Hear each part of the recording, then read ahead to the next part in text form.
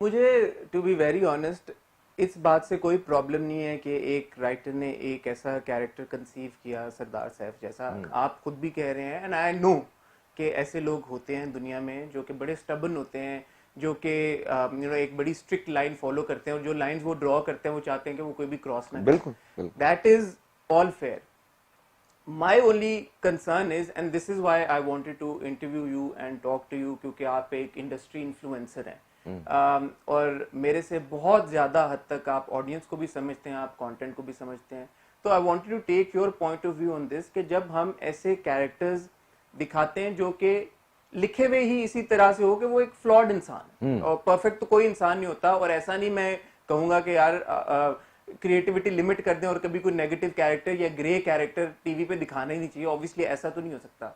But जब कोई grey character सरदार सैफ जैसा टीवी के ऊपर दिखाया जाता है तो क्या क्रिएटर्स के ऊपर, राइटर्स के ऊपर, डायरेक्टर्स के ऊपर और एक्टर्स के ऊपर एक एडेड रिस्पॉन्सिबिलिटी आती है कि फिर उस ग्रे कैरेक्टर के जो नेगेटिव एक्शंस होते हैं या जो बुरे एक्शंस होते हैं उनके कोई कॉन्सिक्वेंसेस भी दिखाने चाहिए? आपको क्या लगता है इस बारे में? कॉन्सिक्वेंसेस तो दिखा दिया उसको, मतलब एक मार दिया उसको, मतलब मर गया वो।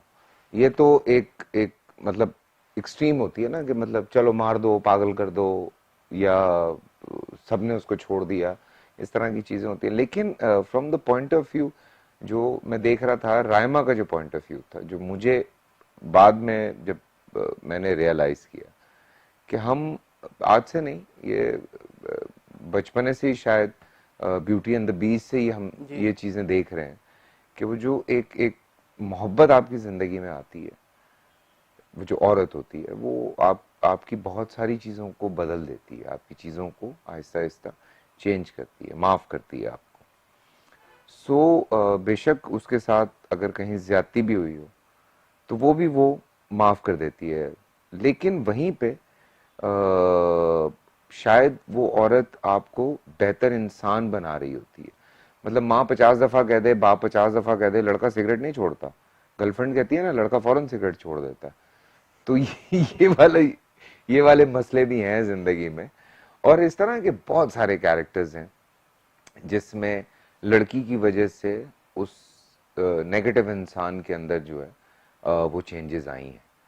तो वो चेंजेस शायद सरदार के अंदर भी आई थोड़ी बहुत, रायमा की वजह से, उसकी पॉजिटिविटी की वजह से।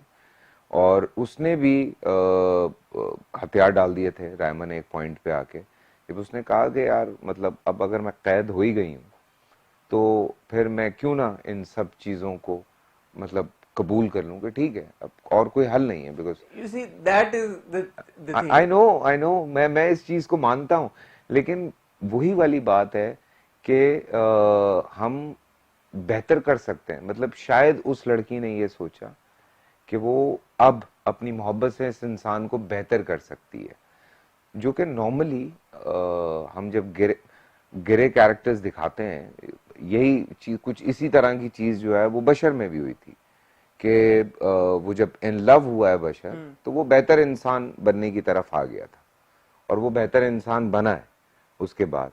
So science Sardar was in the process कि शायद वो बेहतर हो जाता, लेकिन उससे पहले ही उसका कैरेक्टर जो है वो खत्म हो गया।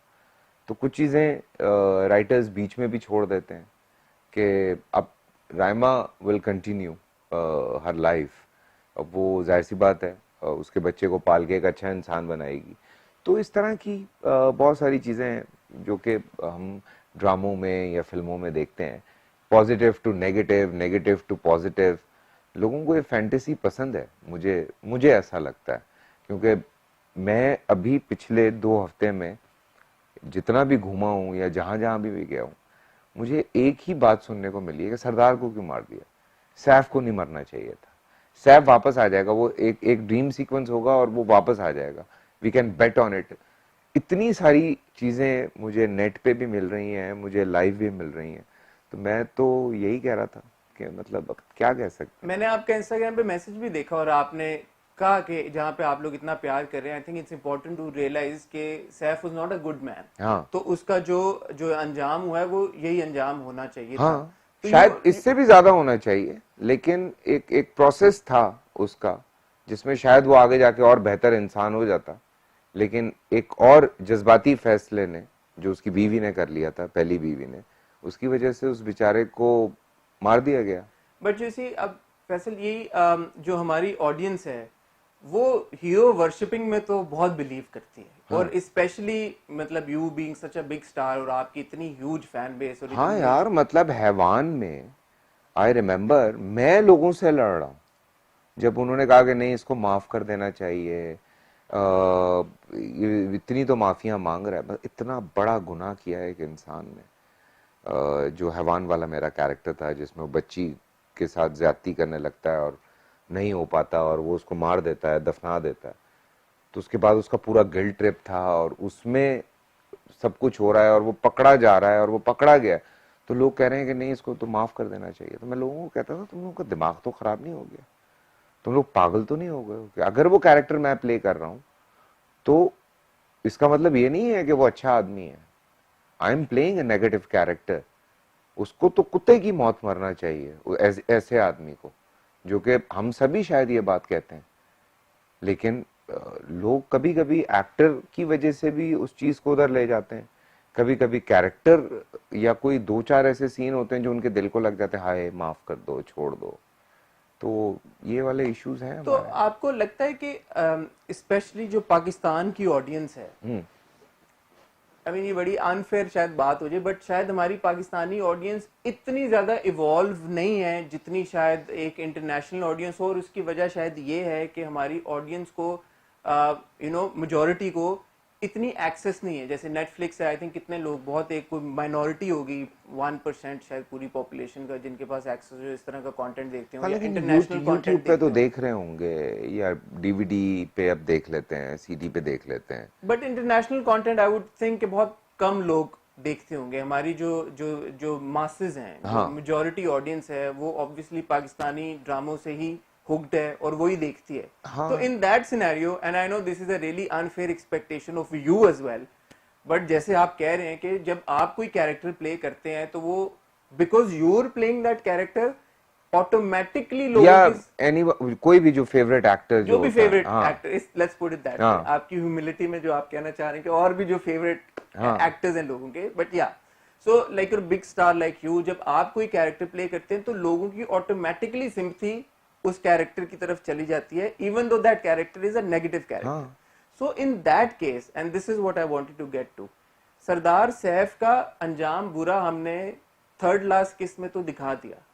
वुडंट यू से कि अब मैं दोबारा क्रिएटिविटी में इंटरफेयर नहीं करना चाहता राइटर की या डायरेक्टर की, but in special cases like you शायद उसका बुरा अंजाम थोड़ा पहले से दिखाना शुरू कर दें, या किसी और तरीके के से उस कैरेक्टर को इवॉल्व करते कि जो हमारी ऑडियंस इतना आपसे ओवरवेलमिंगली प्यार करती है, वो थोड़ी ये डिस्टिंक्शन ड्रॉ कर सके कि this is not Faisal that who married Raima, this is Sardar Saif who married Raima. True. And you know, maybe he is a very loving husband now, but whatever decision he took to get Raima in the first place was a wrong decision.